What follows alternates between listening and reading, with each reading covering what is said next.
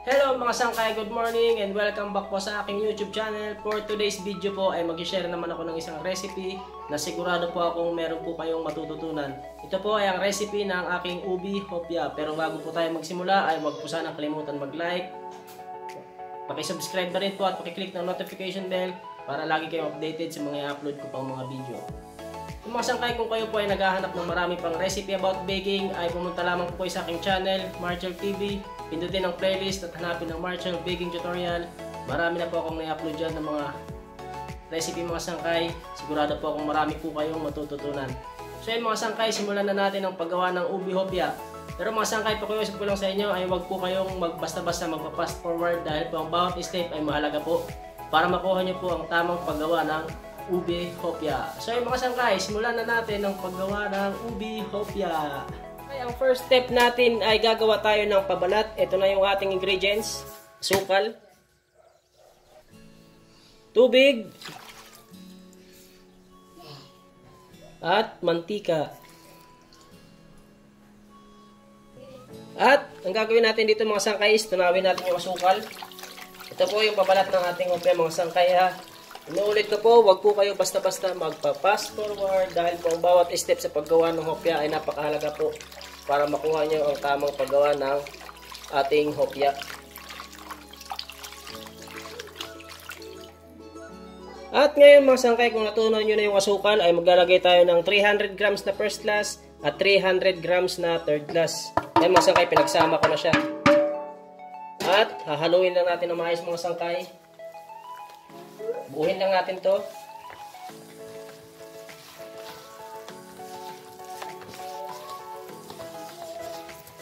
So, ganito siya mga sangkay ka, lagkit yung ating pabalat.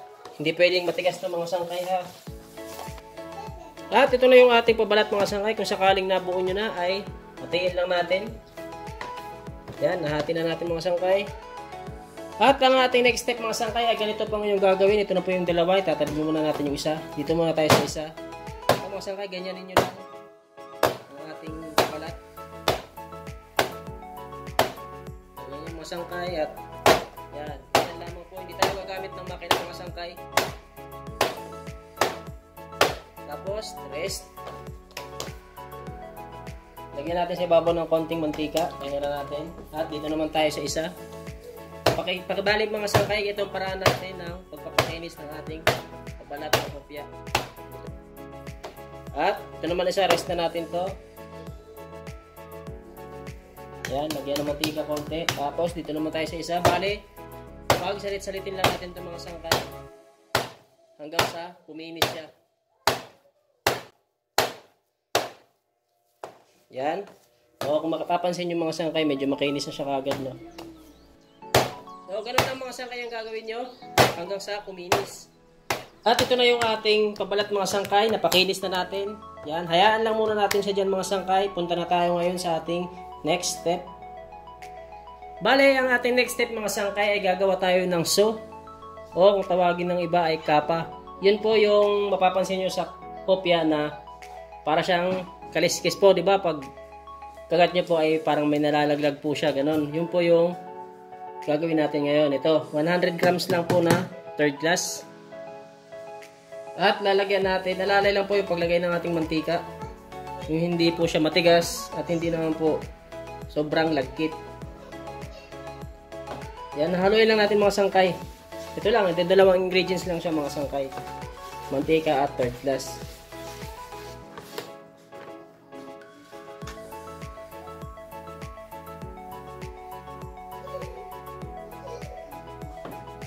Inuulit ko mga sangkay, wag po kayo magpa-fast forward para po makuha nyo ng maayos yung paggawa ng ating ubi hopya.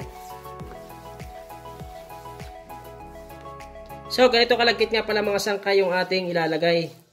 Yan, ganyan mga sangkay kalagkit. Ilalagay na natin siya ngayon sa ating pabalat. So, yung mga sangkay, ang ating pabalat ay bali na hahatin natin sa dalawa. Yung ating ginawang so ngayon ay hahatiin din natin sa dalawa para mailagay natin dito sa ating pabalat. So, tingnan lang maayos mga sangkay kung paano ilagay. Ito yung ating so. Bali, hahatiin lang din natin to.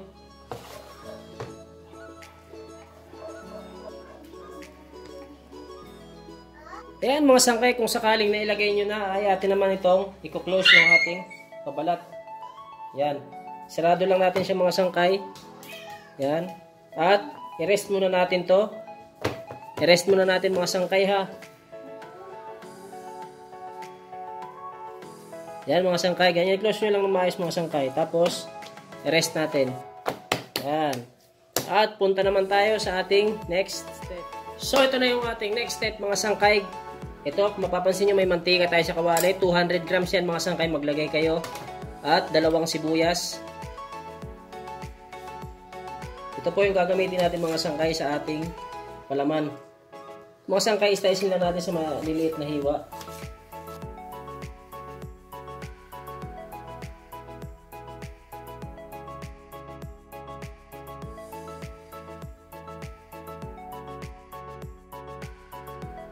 Nating i-slice, ilagay na natin sa mantika. At atin na pong isalang. So ayan mga sangkay, bali isalang lang natin siya ng mga ilang minuto. So ayan mga sangkay, patayin na natin. Bali na isalang lang natin siya ng mga 3 minutes. Huwag natin siyang papupulahin mga sangkay kasi maya maya pa ay pupula pa yan. So hayaan lang muna natin dyan mga sangkay hanggang sa lumamig. Balikan muna natin yung ating pabalat. So ngayon mga sangkay, andito na tayo sa ating next step sa ating pabalat. Sundan lamang po yung aking gagawin mga sangkay.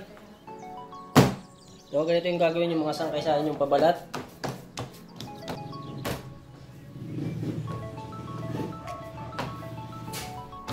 Bale mga sangkay, paplat lang natin siya. Medyo nipisan lang natin. Para ating bastunin. Babastunin kasi natin yung mga sangkay.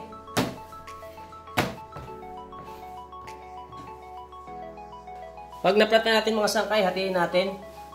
Bale, babastunin lang natin itong mga sangkay.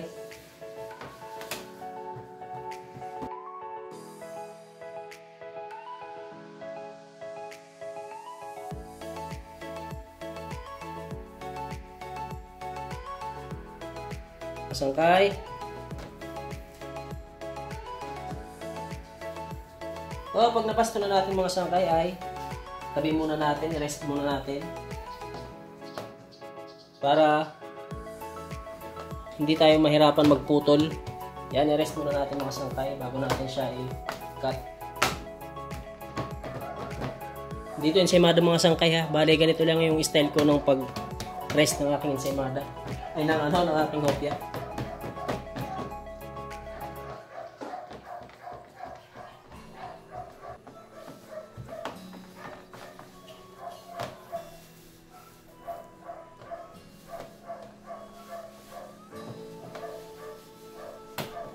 So mga sangkay, ito na ngayon yung ating pabalat. Bali, rest muna natin bago natin putulin. Habang nire-rest natin itong mga sangkay natin pabalat, ay gagawa na tayo ng ating palaman. Sangkay, gagawa na tayo ng palaman. Ito yung asukal. At ilalagay na po natin yung ating linuto na sibuyas. Yan, kasama po yung mantika ha. Itlog.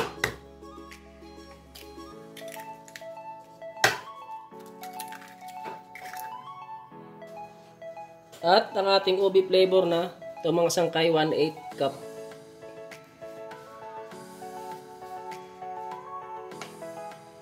Magdadagdag tayo ng ubi food color ubi.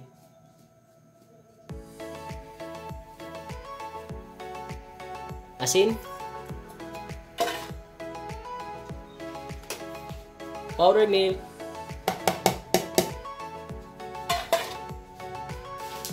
Tubig mga sangkay.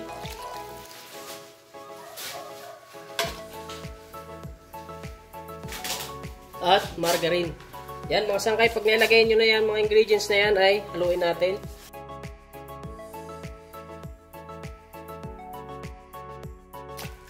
Mix lang mga sangkay ng mga ilang minuto. Kahit hindi naman po masyadong tunaw yung ating asukal. So, next mga sangkay ay ilagay na natin yung ating third glass. At atin lang po itong buuhin. Haluin lang na maayos.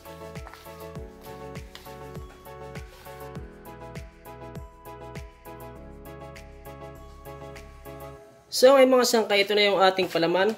At ngayon, babalikan na natin yung ating pabalat. Balik kakat na natin mga sangkay. Para mailagay na natin yung ating palaman. So ito na tayo ngayon sa palaman, mga sangkay sa ating pabalat. Ikakat na natin ngayon.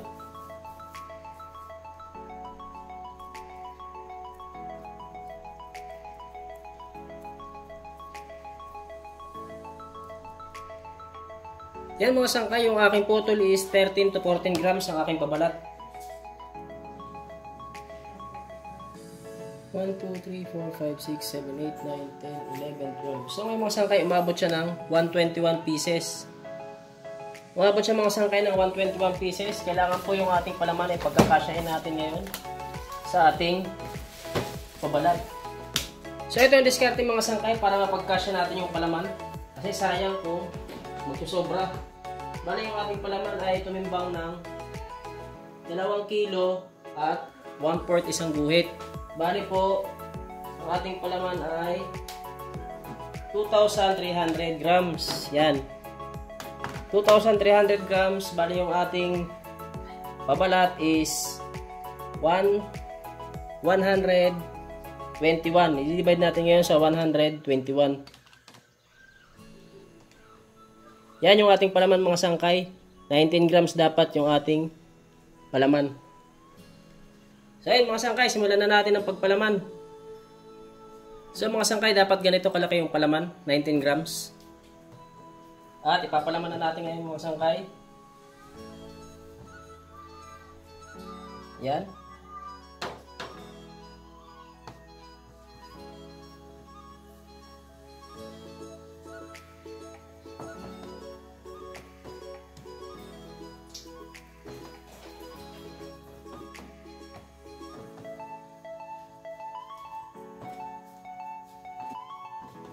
So, tapos na natin gawin yung ating ubi hopya.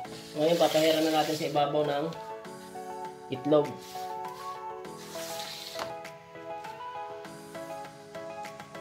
Ito mga sangkay itlog, papahid lang natin sa ibabaw.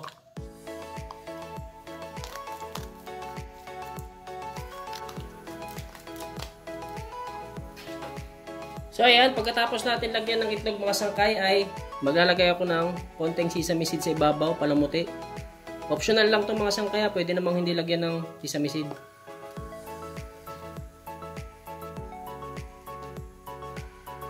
Ayan mga sangkay, ngayon ready na siya para isalang.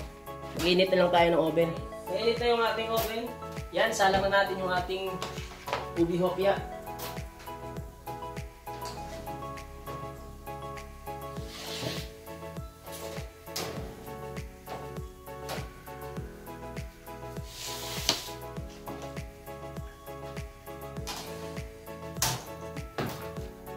So ngayon mga sangkay, after 10 minutes natin sinalang ay atin munang lilipat sa itaas.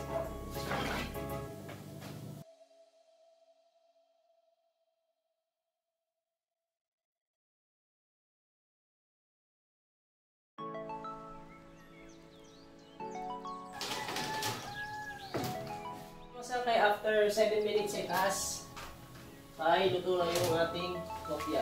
Ayan mga sangkay, luto na yung ating hopya after 7 minutes sa itaas. Tanggalin na natin. Bali minuto natin siya mga sangkay ng 17 minutes.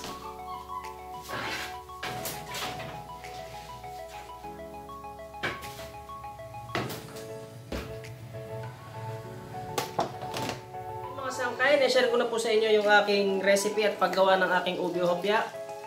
Paki-support na lang po na aking YouTube channel, paki-like na lang po, paki-subscribe at paki-click ng notification bell para lagi po kayong updated sa may upload ko pang mga video. So ito nga pala yung ating ubi hopya mga sangkay. Thank you for watching! See you on my next video!